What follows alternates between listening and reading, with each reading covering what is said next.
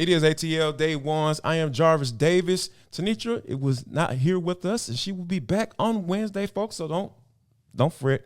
Don't fret. She will be returned to the show. And we appreciate you guys rocking with us each and every day, our everydayers. If you have a question or a comment, go ahead and drop it on the YouTube right there, or leave us a 5-star review. We really appreciate that. And we're available wherever you download your podcast. Now, we talk about John Collins being traded to the Utah Jazz. A lot of people's response, mine included, was the fact that finally you were able to trade him. You know, it's been a long time, and you talk about trade rumors for at least 3 years, ever since he signed the contract extension with the Atlanta Hawks, and Travis Slank decided to go ahead and give him that money. And then it just kind of went all downhill after that. And what you talking about, a PED suspension, and then you talking about his numbers going down, his three-point shooting went down, rebounding went down, usage went down, and that's why those rumors started to ramp up. And I think that based off of what John Collins was as a player, I think the peak was, 21 and 10, right? The double-double, because he has the athletic ability to be that, right? That's the thing that we look towards when you talk about seeing John Collins progress when he first got drafted back in 2017.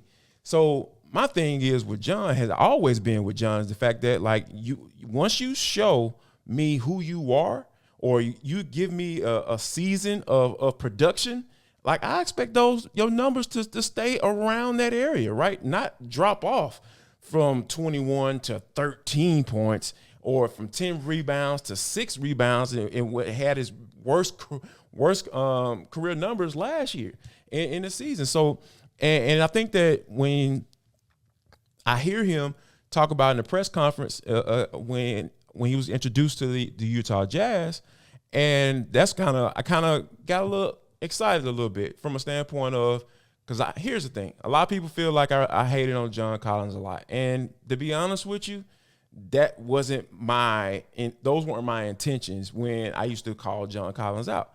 Because here's the thing, John Collins was always willing to speak up when certain things were going on, and when all of the drama behind the scenes was being, rumored about and all that stuff. He was the first person to open his mouth and start talking. And I'm just like, okay, you are in a space to talk at this point. And you should have handled it like Trey should have handled it, to be honest with you. Like, hey, this is behind the scenes stuff. This is an internal situation. That's what we're going to do. But being that you were willing to speak out and your play was declining, that's where I had the issue. That's where I had the problem. And I think that when I was checking out the press conference, when he was being introduced to the Utah Jazz, he said something that I felt like I was in a real space where I was like, okay, that's what I wanted to hear. And he was talking about how he understands how people expectations were raised by his play, and he didn't live up to those things. And I think that's what I was looking for. That's what I feel like Atlanta Hawks fans were looking for when in those situations when it was all the drama was going down, and all of the issues with the coaches behind the scenes with Nate McMillan and Lloyd Pierce. When all that stuff was going down, you were the first one to step up to start talking, but your play was on the decline. And you know what could have cleared those rumors or got people to talking about something else? Better play from you. Like averaging that double-double, that 18 and 10, not even 21 and 10, 18 and 10, 17 and 15. Because guess what? Clint Capella was able to do that, and his talent has diminished tremendously because he's been in the league for over 10 years, So those are some of the things that we understood that Clint Capella was able to do and that you weren't willing able to do. That's why that pick and roll relationship that Trey and Clint had, that's why it never changed, because John wasn't able to do or wasn't willing to do the necessary things that he needed to do to be able to get that usage back up, get that usage rate back up. He felt like plays should have been called for him and posting it up in the game and giving him the ball on the block and letting him go to work. No, that's not your game. Your game is athleticism, pick and roll, rim runner, defender, been putting a lot more effort on that side of the basketball as well. So all of those things kind of culminated into my feelings and thoughts about John Collins when he was here in specifically in these last few years when he was an Atlanta Hawk. So to hear him come out and say that, he understands the expectations that people had, coming out, and I really feel like that was something he probably should have said before he left.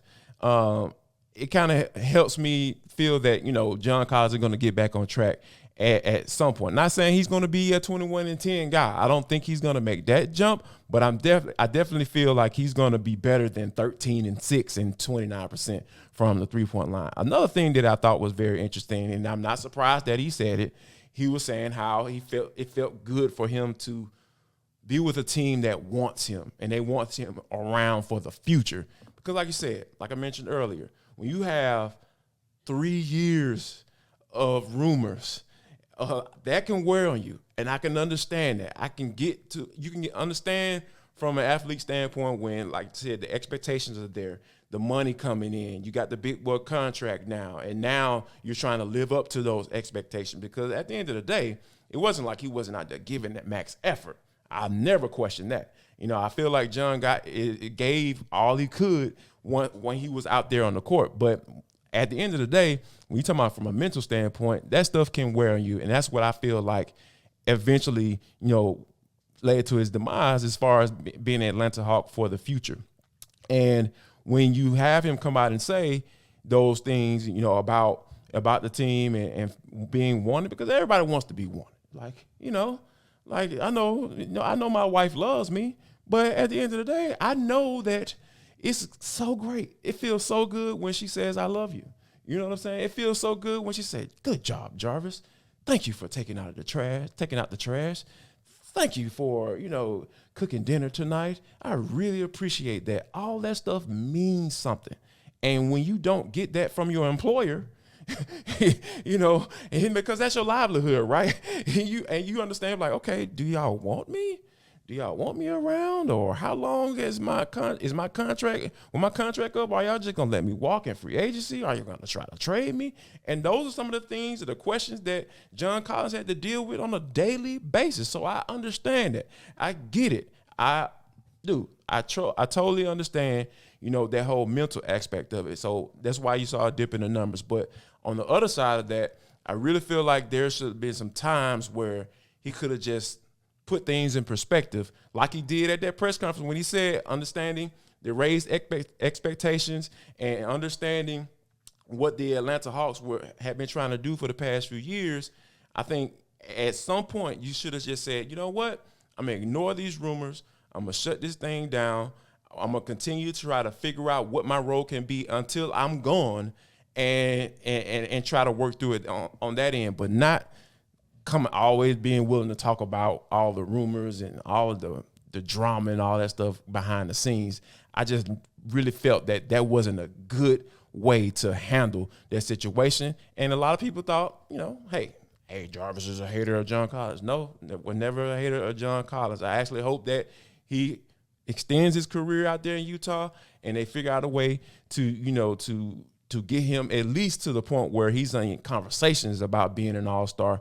Because at the end of the day, that's what he was right on the precipice of that right before his numbers started to decline. So yeah, John Collins, I hope you do well, but I'm really proud to hear that, hey, you putting this thing in perspective in your time as an Atlanta Hawk, and I wish nothing but the best. I also wish all the people who rock with us each and every day the best. Our everydayers. Yes, we are here Monday through Friday, free and available wherever you download your podcast. And if you're listening to us right now, you don't listen to us every day, what the heck are you waiting on? What is it? What's the problem? What's the issue?